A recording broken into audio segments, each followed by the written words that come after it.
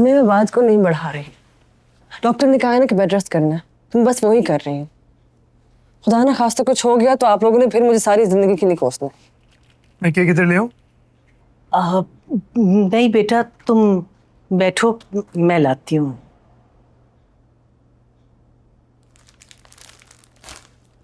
ये देखो, तुम्हारे लिए मैं गजरे लेके आया हूं।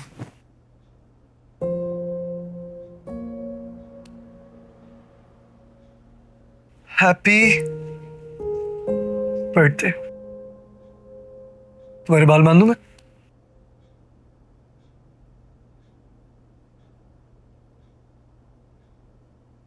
सच बताऊं सलमान,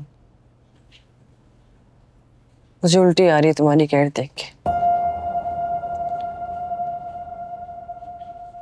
तुम कॉम्पेंसेट करने की कोशिश कर रहे हो ना। I just want to make you happy.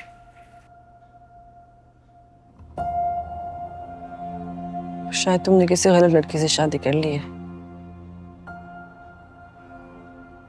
नहीं सानिया, हाँ। वो लड़की नहीं हूँ जो गजरे, गिफ्ट्स या दुनिया को दिखाने वाली सेलिब्रेशन से खुश हो जाए। I wanted a real life. Instagram पे 4 पोस्ट लगा के उनकी वाह सुन के मुझे अपनी जिंदगी को वैलिडेट नहीं करना था सलमान।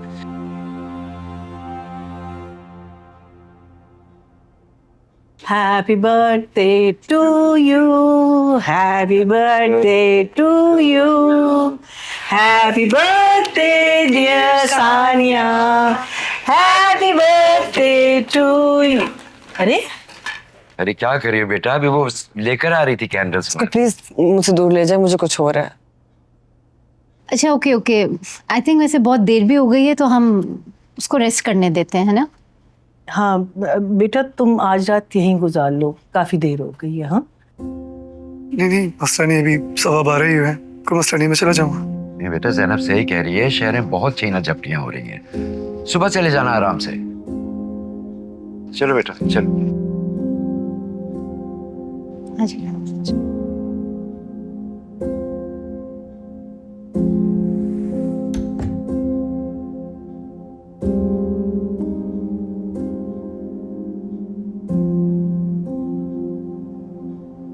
आपको सानिया से बात करनी होगी। नहीं, ना मैं उसे कोई बात करूंगा ना मैं उसे कुछ समझाऊंगा। जहर लगता है मुझे अपना आप जब मैं उसकी तरफ देखता हूं। मुझे तो लगता है मैंने अपनी बेटी को खो ही दिया। आंखों में कोई चमक ही बाकी नहीं बची है उसकी। कैसे रहेगी कोई भी चमक बाकी जब सारी जिंदगी ज़ैनब भाभी ने उसे सिर्फ एक अच्छी बीवी बनने का दर्स ही दिया हो। रहने दो सईदा, कुछ और दिन हो तुम इस घर में, इज्जत से गुजारो और मेरी बेटियों के मामलात से दूर रहो। ज़ैनब, ये क्या तरीका है बात करने का? देखा, शौहर बनते ही असूल बदल गए आपके। जो बातें बेटियों के लिए सही लगती हैं बीवी कहे तो गलत कैसे हो जाती है।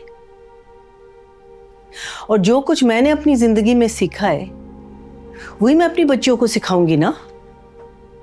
तो ज़ैनब, हमने कब अपनी बेटियों को ससुराल में जाके बदतमीजियां करने पे दाद दी है? मुझे तो दी थी आप।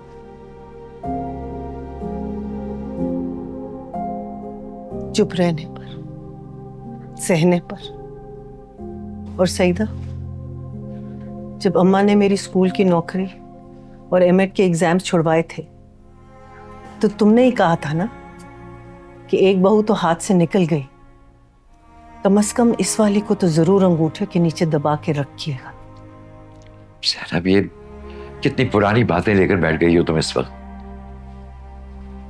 आपके लिए होंगी पुरानी बातें, मेरे लिए नहीं। हाँ, हो गई गलती, हमें नहीं शऊर था उस वक्त इन तमाम बातों का। लेकिन इसका मतलब ये तो नहीं है कि आप अपना तमाम वो ट्रॉमा अपनी बेटी में मुंतकिल कर दें। ट्रॉमा नहीं है, सबक है। तुम बताओ, अगर उस दिन मैं चुप नहीं रहती तो बसता मेरा घर?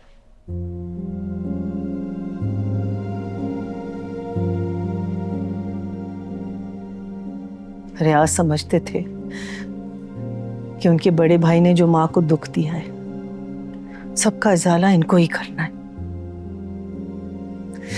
तो मेरी बेटियों के सर पे रहता बाप का साया? नहीं ना।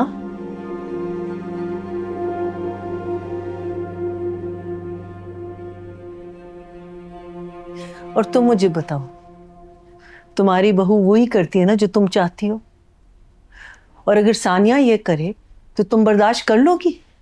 बताओ। ऐसी कोई बात नहीं है। मैंने आज तक मन्नू को किसी चीज के लिए नहीं रोका। क्योंकि जहां तुम रहती हो वहां उसको तुम मना नहीं कर सकती, और उसके काम करने से तुम्हारे बेटे की जिंदगी उस मुल्क में आसान है।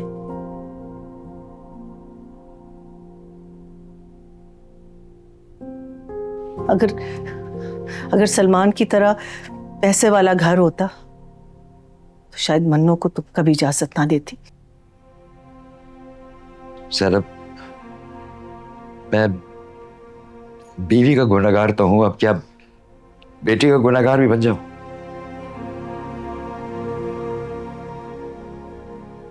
ज़ैनब भाभी, मैं भी बहुत कुछ सह चुकी हूँ, लेकिन दर्द और तकलीफ के साथ घर बसाने की जो जिम्मेदारी हमारी पिछली नस्ल ने हमारे कंधों पे रखी थी, मुझे लगता है हमें अपनी बेटियों को उस बोझ से आजाद कर देना चाहिए। अब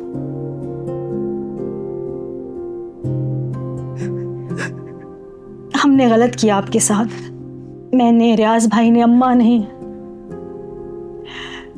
और आप आज तक दिल में वो जख्म लिए जिंदा रह रही हैं।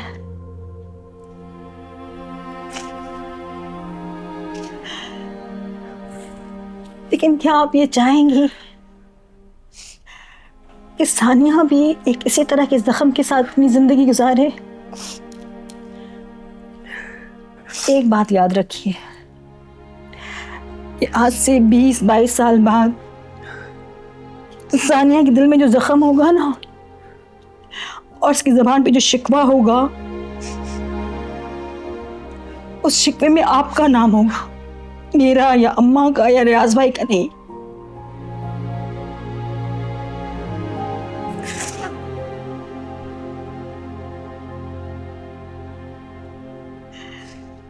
क्या आप ऐसा चाहेंगी?